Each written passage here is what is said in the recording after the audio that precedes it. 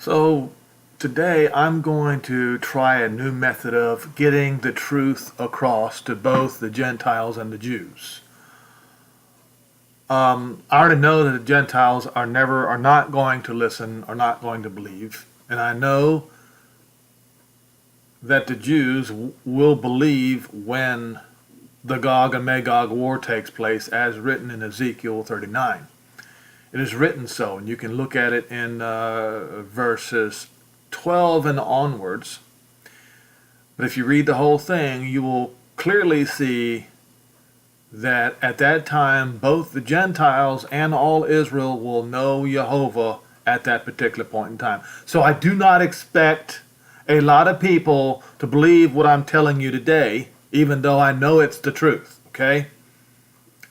Well, what I'm telling you today, this is going to be my different tack that I'm going to use. I'm here to announce to you today that the Christians, Jesus Christ, is Israel's anti-Moshiach, and that the Moshiach of Israel is the Christians' Antichrist. No, I know many of you are confused. You're not going to believe. This is not about trying to convince you to believe the truth.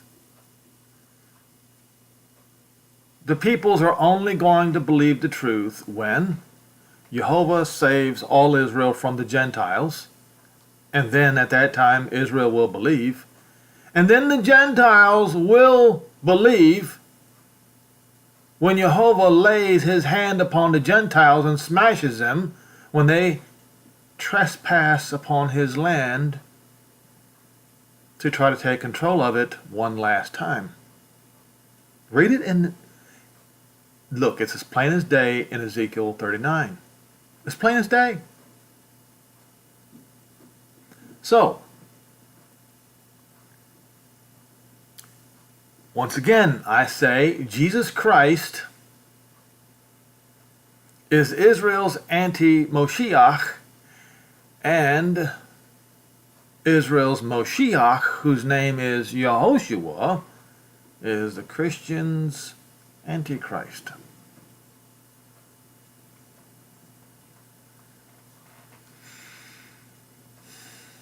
Let's get started. Hesus, the Celtic god. Celtic? Who are the Celts? The Celts are also called Gauls. They are of the son of Japheth. His name is Gomer. Gomer will be there in the Gog and Magog war. You don't believe it? Let me show you something.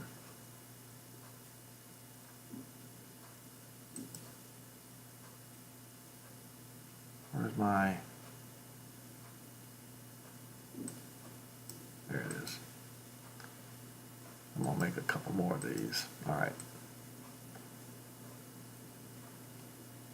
Gomer, watch this.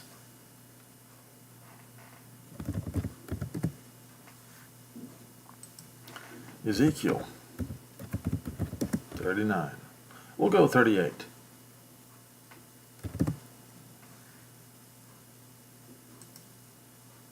And both Gentile and Jew should know Ezekiel 38 and 39. Right. We'll start in verse 3. And thus saith, or this says, Adonai Yehovah.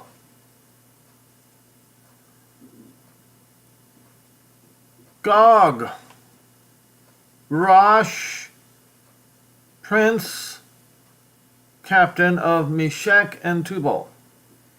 Now Meshech, some say that's Moscow. Whatever. Tubal, we know that's Tbilisi. Georgia. Georgia means Gog.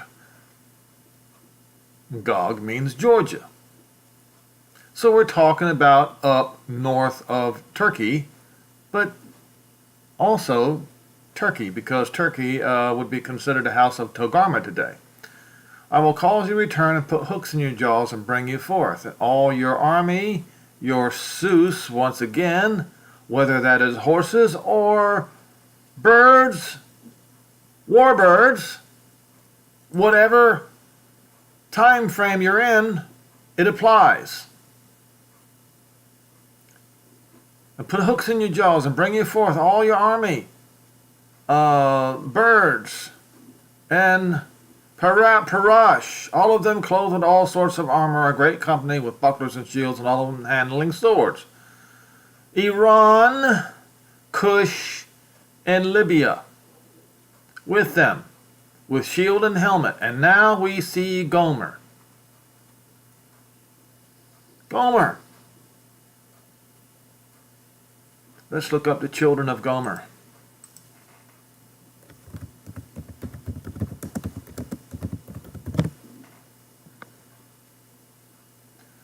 Not that Gomer.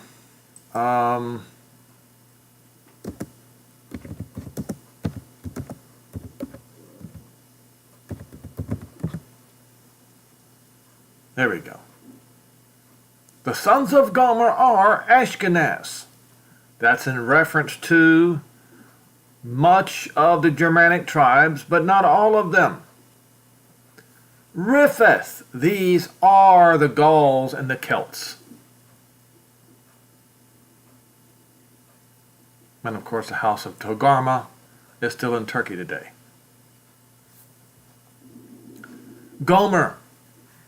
All three of these are going to be represented in the Gog and Magog war. They're going to come down. They're going to try. Why are they going to do this? Is it because the Antichrist has showed up? Is that what it is?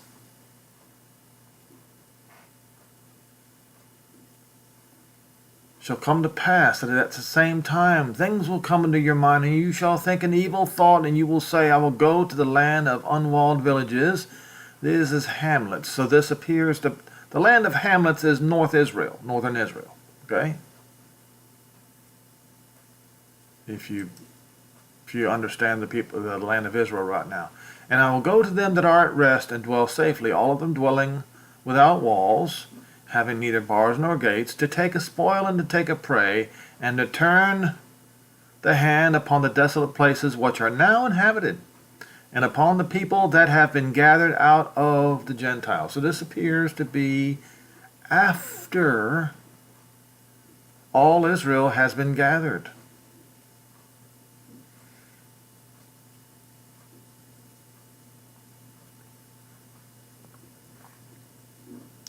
Which have gotten cattle and goods. Now we read that Tarshish of the Atlantic in Isaiah 60 and Isaiah 66 were the first to comply with the order by this Aliyah or the two witnesses to bring all Israel back.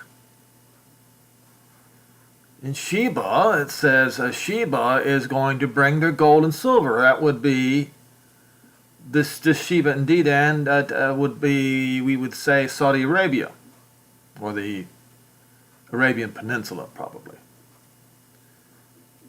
And the merchants of Tarshish, and all their young lions. These are the young nations that spread out from Tarshish. That would be the young nations of the Atlantic. Shall say to you, are you going to take a spoil? Are you going to gather your company to take a prey? To carry away silver and gold, to take away cattle and goods, and take a great spoil? Son of man, prophesy and say unto Gog, this is what Yehovah Elohim says, or this is what Adonai Yehovah says, in that day when my people of Israel are gathered safely. You'll know it. You're going to know. And you shall come up from your place out of the north extremities. The extremities, the north recesses. It doesn't take a genius to figure out what this means, what locations they are. And many people with you, all of them riding upon Not all of them, but they're riding upon Hesus. Now, we can get in an argument over whether it's horses or whether it's birds. Non-Israel chariot horses of Canaanites. In the days of David, chariot horses of Absalom, especially of Solomon and later. All right. But it also says birds.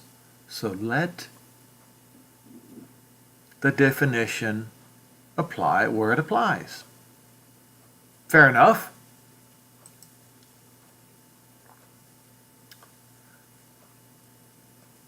Thus says Yehovah or Adonai Yehovah.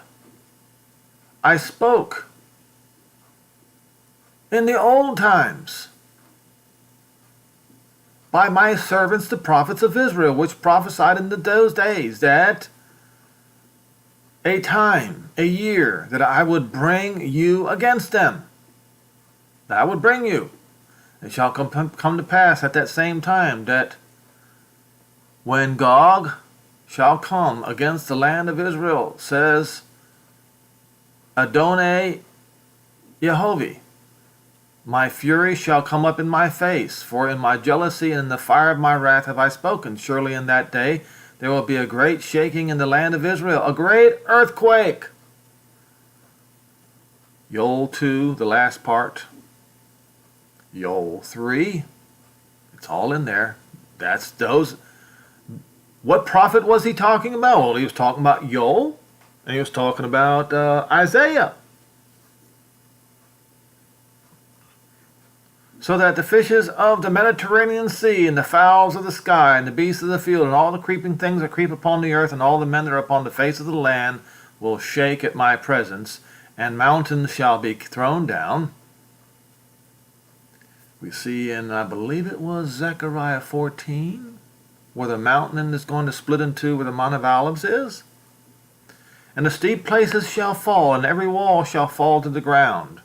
And I will call for a sword against him in the hill country. In the hill country. There's hill country in northern Israel.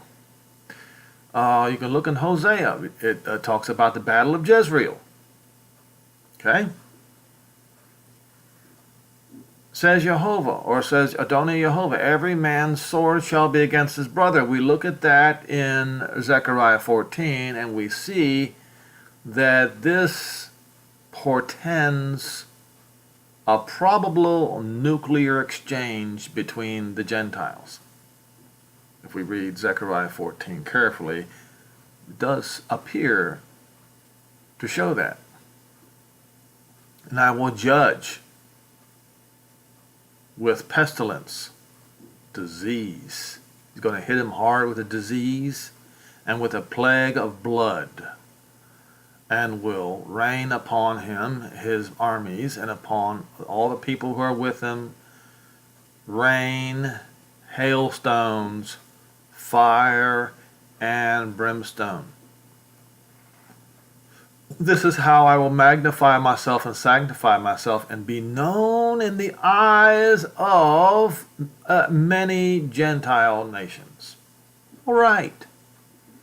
Gomer is going to be there, which means Ashkenaz, the Germans, Rifeth, the French, parts of Spain, and the British, and the house of Togarmah, Turkey, are all going to be there. And Rifeth's false idol, Hesus, the Celtic idol, is not an Elohim of Israel, does not represent Israel. Yehovah is the Elohim of Israel, and he is the only one, and his name shall be one. Let's look at it. Watch this. his name one. Zechariah 14:9.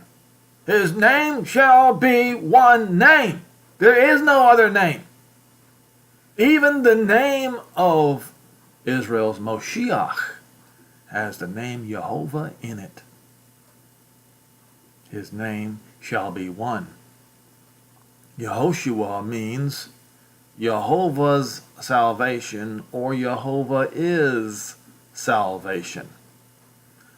Salvation is in the name of Yehovah. That's where it's at. It's not in any other name. None. There's only one. That's it. Okay? It's not in Hesus. Now, alternative names, Hesus, more tentatively links can be made in ancient Celtic deities and figures in the early medieval Irish and Welsh literature. Although these works were produced well after Christianization, Olmsted, Garrett, and the gods of the Celts and the Indo-Europeans, University of 1994, page 321J. EBK, Home Kingdom Scholarly Saints Pedigrees, Archaeologic, King Arthur, Mail, David. On the net you'll find claims that Hesus, actually spelled Hesus by the scholars, was a strong parallel. Well, strong parallel, huh? How about we go to the two goats?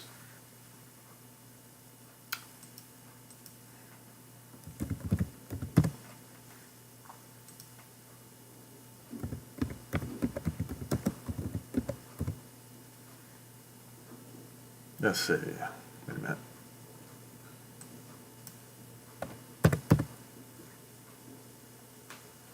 Leviticus 16:22. The Jews are very familiar with this, and you'll know exactly what I'm getting at. You go to Strong Concordance.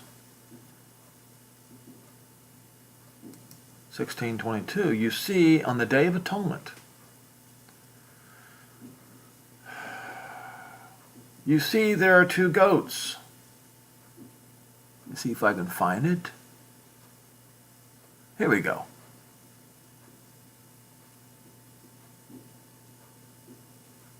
Verse 7, and he shall take two goats and present them before Yehovah at the door of the tabernacle of the congregation.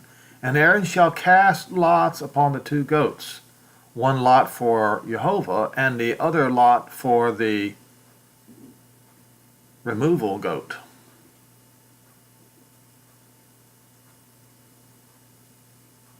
Which they call Azazel or a scapegoat. One for Yehovah. Wait a minute. Why for him? Why not for the people?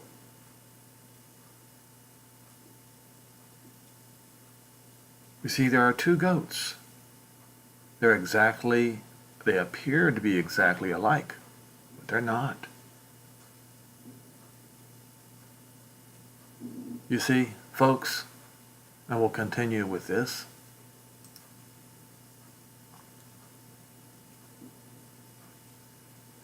Strong parallel. Well, one is for Yehovah and the other one is not. This one is not. Hesus, Lord or Master, that's another dead giveaway. The word Lord in English language is in reference to Baal, as you'll see in just a minute. Powerful Celtic deity of the three mentioned by the Roman poet Lucan in his 1st century CE, and the other two were Thunderer and God of the people. The proper name Jesus used in the English language originates from the Latin form of the Greek. No, it does not. No, it does not. Hesus, the name Hesus, is a god of the Druids. Now I will need to go back and point out We even see it in this particular article. They say that all the way back, the name goes all the way back to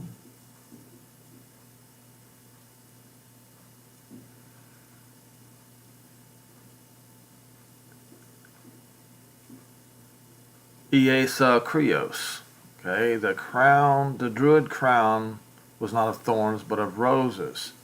Now they go and try to make it look like that all of these names are the same name, but they're not. Just like the two goats were not the same. Ireland had its own indigenous solar religion, sun worship, Baal, and church. Theirs was the original solar church and theocracy, probably transported from the pre-Diluvian civilization from where the ancient Irish Gaels, the Gauls, the Celts, have come from. The evidence of this exists, but has been cunningly concealed for centuries by the Roman Vatican officialdom. That Irish Church of the Sun, the original Christianity. That's right, folks. I've tried to tell you, Christians, that Christianity did not come from a Jewish Messiah. Christianity came from the Gentiles. It had its own pontiff entitled Krios or Christos, with its own Druidic custom rites and beliefs. They were such an immense antiquity and knowledge that all the other cultures in the world were in awe of them. Abaris the great Druid traveled eastward to the school of Master Pythagoras, which means the serpent,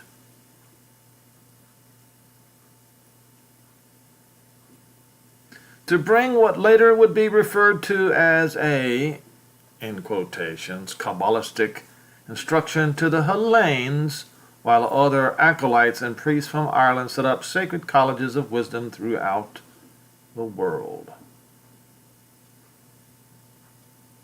It is not the same. One is for Yehovah, and the other is for the sun god, the idol, the people of idolatry. So what happens to this on which to be the scapegoat should be presented alive before Yehovah to make an atonement with him and to let him go for an escape into the desert? This is what's going to happen to the lands of the Gentiles. They're going to be turned into deserts. If you would have been watching my videos, you would have known that by now. Now,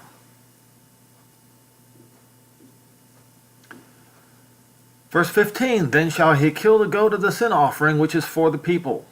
Well, we just read it was for Yehovah. That's right. And for the people of Israel. To bring his blood within the veil, and to do to the blood as he did with the blood of the bullock, to sprinkle it upon the mercy seat and before the mercy seat, and he shall make an atonement for the holy place, because the uncleanness of the children of Israel, and because of their transgressions and all their sins. And so shall he do for the tabernacle of the congregation that remains among them in the midst of the uncleanness. And there shall be no man in the tabernacle of the congregation when he goes in to make an atonement in the holy place, until he come out and have made an atonement for himself, for his household, and for the whole congregation of Israel.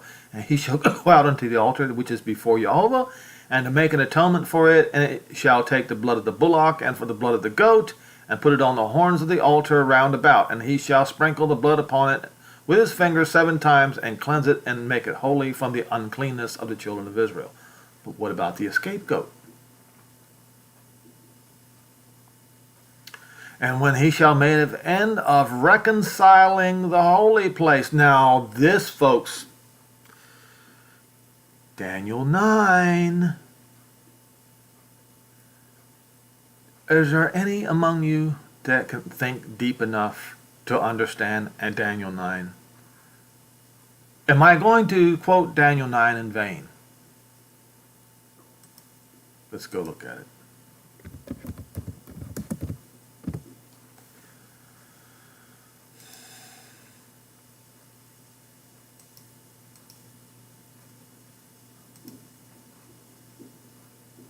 Now, the holy place in Leviticus was where Yehovah was tabernacle was, not in the same place that Daniel 9, because Yehovah's tabernacle was the temple.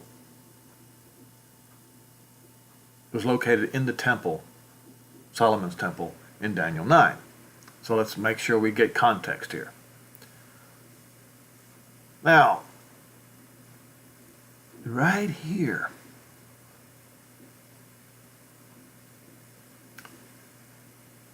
I've already gone over the 70 weeks are determined upon your people. Verse 24, and upon the holy city to finish the transgression. Okay? To finish the transgression. What did we just read in Leviticus? And to make an end of sins, and to make reconciliation for iniquity. Let's read this again.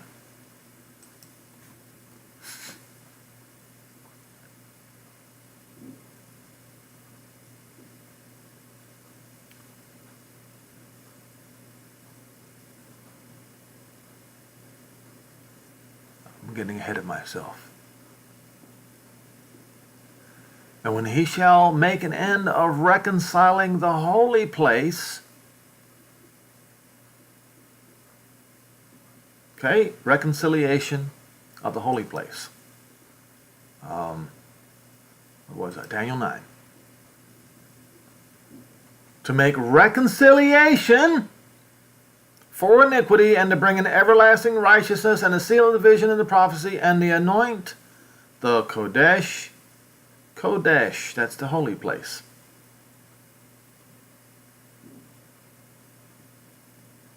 So the Day of Atonement represents this particular time when the 70 weeks are fulfilled. Let's go back to it.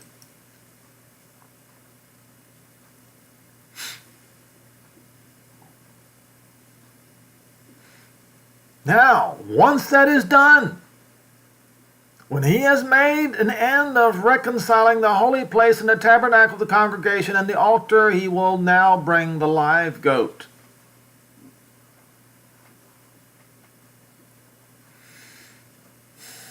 The live goat, therefore, represents Satan.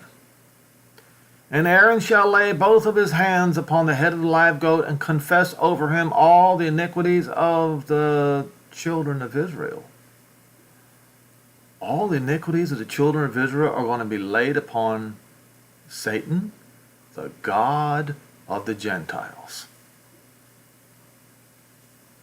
And all their transgressions and all their sins, putting them upon the head of the goat, and shall send them away by the hand of a fit man into the desert. And the goat shall bear upon him all their iniquities into a land not inhabited, and send the goat into a wilderness. All of these lands that persecuted Israel are going to be made wastelands.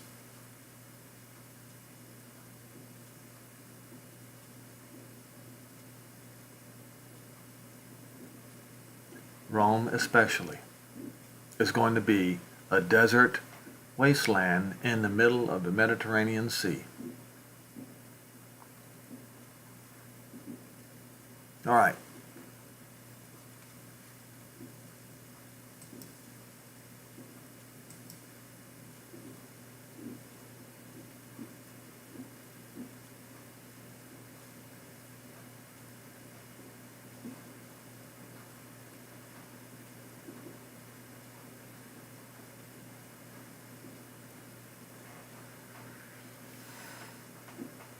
It would appear probably that the religion of the Druids passed from Ireland to England and France, which is the Gauls, Metamorphosis of transmigration of souls, reincarnation was one of the articles of their beliefs long before the time of the serpent.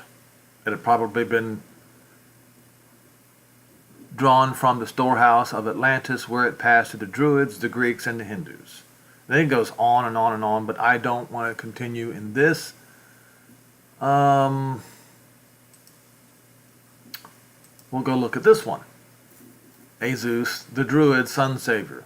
Hesus, known as Hesus, is the personal name of the Celtic Druid sun savior, closely associated with Jupiter or Zeus. And the Trinity of Rome is, the head of it is Zeus and Zeus are Satan. The Druids were a priestly tribe of the Celtic Gaul, present-day Germany, England, France, and some parts of Scandinavian countries. Hesus was born on December 25th, 834 BCE, which proves that Jesus Christos is not the Messiah. He is not the Moshiach. He, therefore, is a counterfeit and would be anti-Moshiach. Now,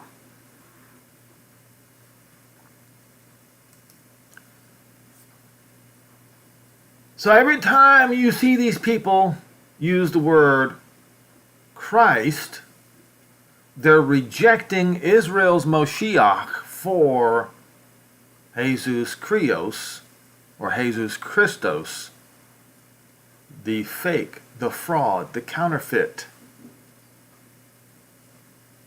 the Azazel.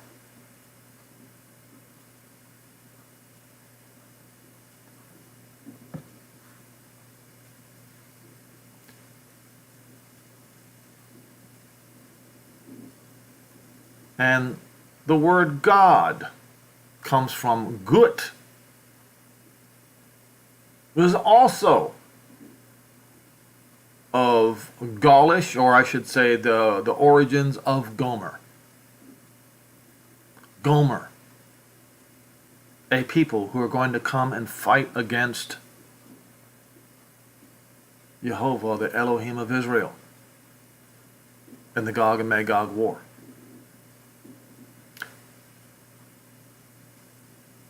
They claim that, as they say, God was expected to be born a virgin.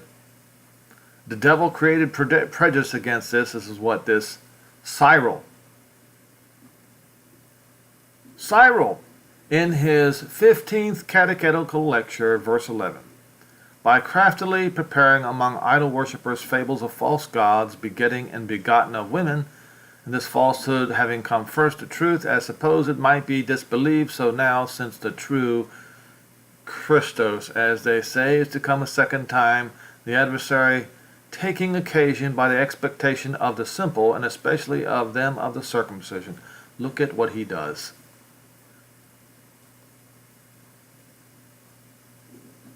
Points the finger at the Jew. Brings in a certain man who is a magician and most expert in sorceries and enchantments of beguiling craftiness, who shall seize for himself the Roman Empire and shall falsely style himself as Christ, by this name of Christ deceiving the Jews, who are looking for the anointed and seducing those Gentiles by his magical illusion. Now, what you see here, folks,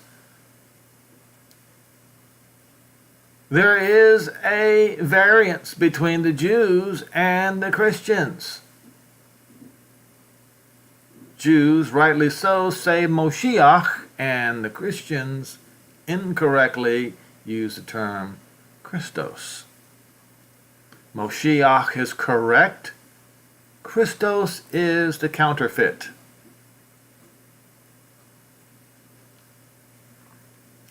Now, in verse 12, he says, the aforesaid Antichrist. So I'm telling you right now, the Hebrew, the Jewish Moshiach is the Christian's Antichrist, and I'll prove it right here and now. He says, but this aforesaid Antichrist is to come when the time of the Roman Empire shall have been fulfilled, and the end of the world is drawing near. All right, this is what all Christians believe. Now I'm going to do something that's going to shock some Jews. Jews, when you listen to this, keep an open mind, and I think you might be shocked by this, because the Christians' own scriptures are calling the Christians a liar. I said it. And the ones that the Jews had most problem with, Paul said it loud and clear. Let's go there, shall we? Let's dare. Let's make a dare. Let's find out what Paul said that directly counters Cyril of Jerusalem and all the followers of Christianity. Romans 11.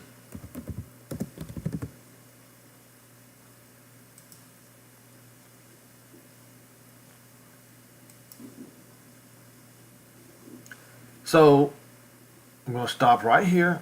We're going to look at verse 25 in just a second. We're going to go over this again. This aforesaid Antichrist is to come when the time of the Romans' empire shall have been fulfilled, and when the end of the world is now drawing near.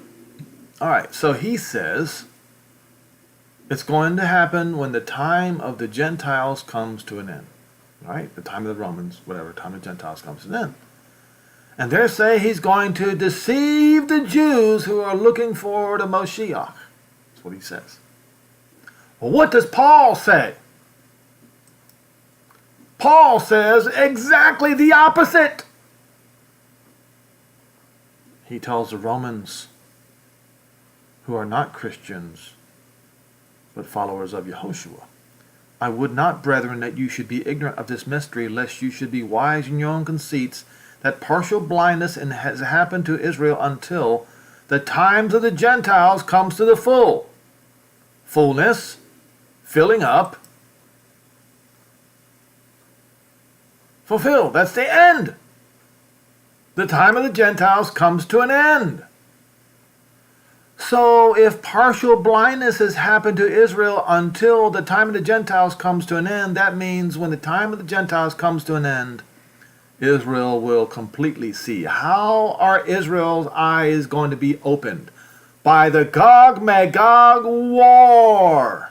We just read in Ezekiel 39. Let's go back to Ezekiel 39 again.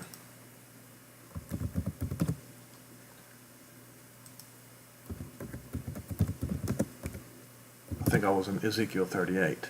So we'll go to Ezekiel 39, and we're going to see when the time of the Gentiles comes to an end and when all Israel shall believe. Right? Verse 7.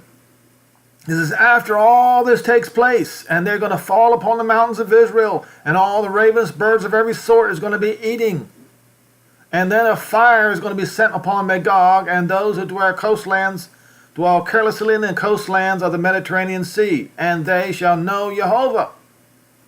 That's an absolute annihilation.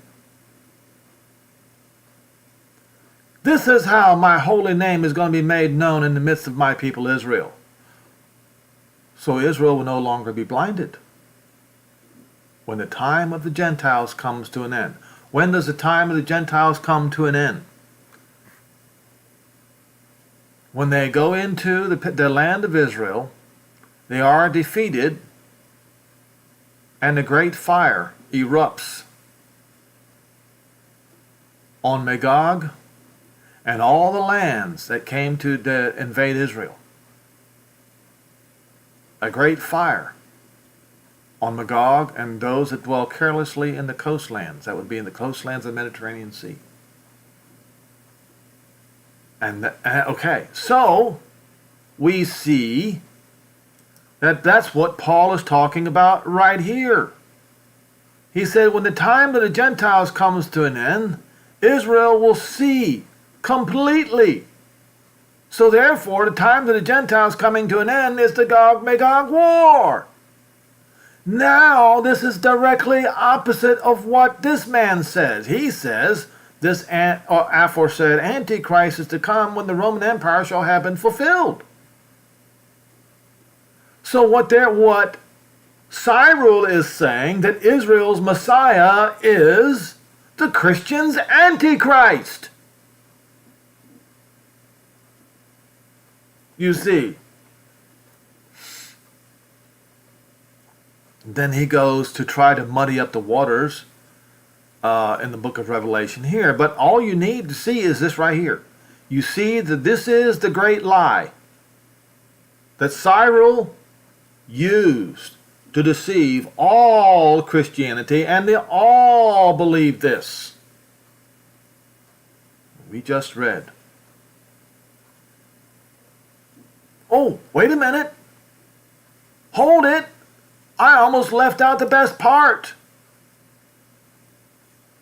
Until the time of the Gentiles is ended, or comes to the end, and so all Israel shall be saved. Well, according to this man, he thinks that this, as he says, Antichrist is going to deceive the Jews who are looking for the Moshiach, and even deceiving some of those Gentiles. But Paul says, oh, hold on. Paul says, and so all Israel shall be saved, because there shall come out of Zion the deliverer, the Moshiach. You Christians, you don't follow the words of Paul. You don't listen to this. Paul agrees with the prophets, but you Christians, you follow Cyril, who teaches you to follow Satan. There shall come out of Zion the deliverer, who will turn unholiness from Jacob. Why? Because this is Yehovah's new covenant with them when I shall take away their sins. We just read about that in Jeremiah 31, verses 31 through 34. Yesterday or day before yesterday. But this is all you need to know right here. This is the greatest lie ever told, and it has deceived all the Gentiles. It is directly contrary to the words of Paul. And so when you read Matthew 24,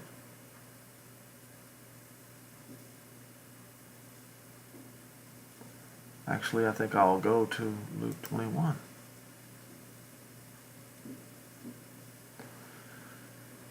So Luke 21, this section right here, was the destruction of Jerusalem by Titus, Vespasian, etc., and the carrying away of all the Jews of Jerusalem among the Gentiles. And then it says, until the time of the Gentiles is fulfilled. Listen carefully. This is the tribulation upon Israel. This is the time of Jacob's trouble. This is the tribulation upon the Gentiles, because it says distress of the Gentiles right here. So after the distress upon Israel will be the distress upon the Gentiles. This is when the time of the Gentiles is fulfilled. So Cyril, he claims that this Antichrist is to come when the Roman Empire shall have been fulfilled. Okay, so let's see Luke.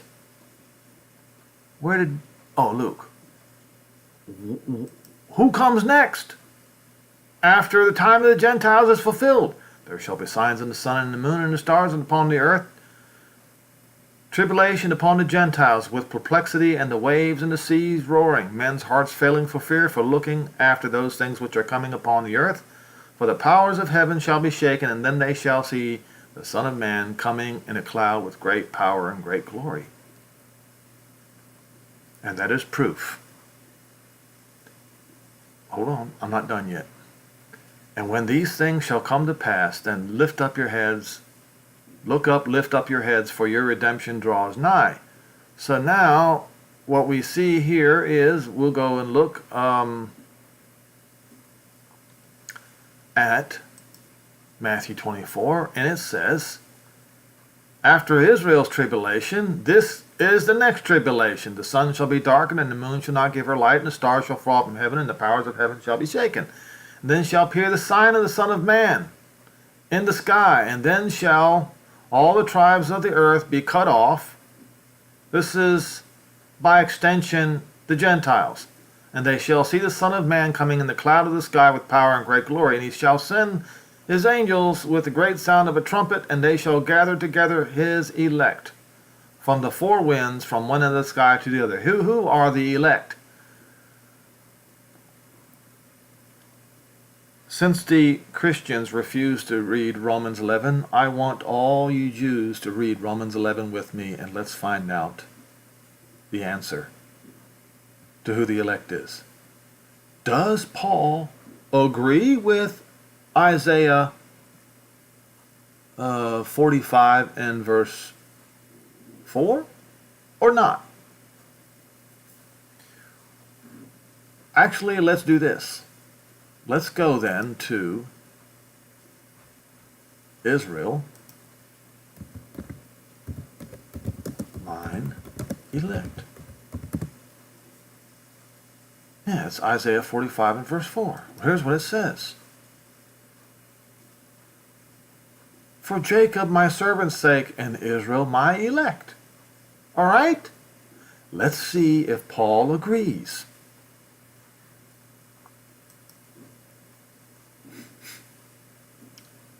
Concerning the gospel, they, the Jews, might be enemies for your sakes, but concerning the election, they are the beloved for the patriarch's sakes. So the elect is Israel for the patriarch's sakes. See, all Israel shall be saved because they are the elect for the patriarch's sakes. The gifts and calling of Yehovah cannot be changed, after all.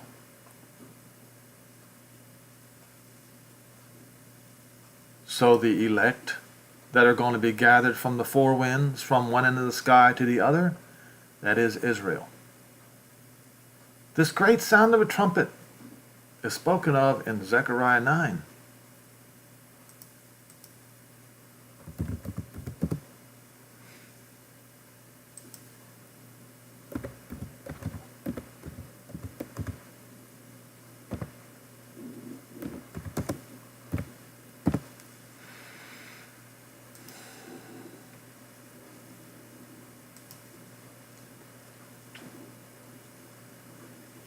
We see Zion's coming king. We see the prophecies against Israel's enemies in the land of Hadrach, which is in the Idlib province today. What's happening in the Idlib province? A lot of war is taking place there. And Damascus. Israel has been hitting Damascus a lot lately. I have a feeling that things are going to get worse for Damascus. And Hama, Tyre and Zidon. Yol 3, read about what happens to Tyre and Zidon. Tyre built herself a strong wall, a stronghold, and heaped herself as of silver as dust and fine gold as the mire in the streets. But Yehovah, or I should say Adonai, will dispossess her. Throw them out. Because that land belongs to Israel now. And he will smite her power in the sea, and will be devoured by fire. Okay? Ashkelon shall fear it, and Gaza will see it, and they will be very sorry. He's going to take the blood out of the mouth of those Philistines and the abominations from between his teeth when they yell death to Israel all the time.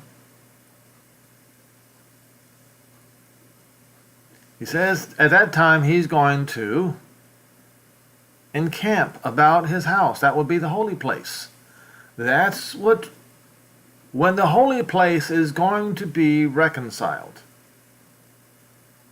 Because of this great army, and because of him that passes by, and because of him that returns, and no oppressor will pass through them any more, because I see now with my own eye.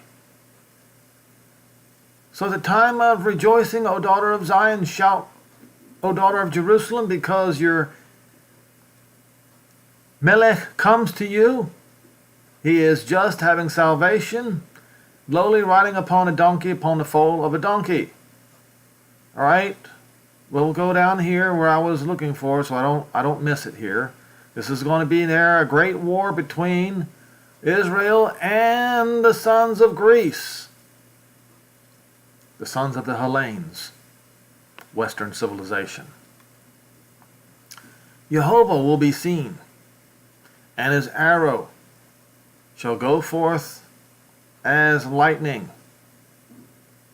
Adonai Yehovah will blow the trumpet. There we go with the trumpet. When is this going to happen? He will come during the storm of Yemen. The war of Yemen has been going on for 6 years now. And now we see what is brewing in Western civilization is about to destroy itself with this Ukrainian crisis going from one end of the earth into the other. China is looking around and saying, well, we'll wait for the right time. When Russia does it, maybe we can go take Taiwan. What do you think? What do you think would start happening? Would there be firing nuclear weapons already? I don't know. But it says that he's going to come during the storms of Yemen. That's when he's going to blow that trumpet. And at the blowing of the trumpet, all the elect will be gathered. Who are the elect? Well, Isaiah 45 and verse 4 says, all Israel, for your sake, my servant Jacob, and for Israel, my elect. Paul agrees that the Christians have followed this man, this counterfeit.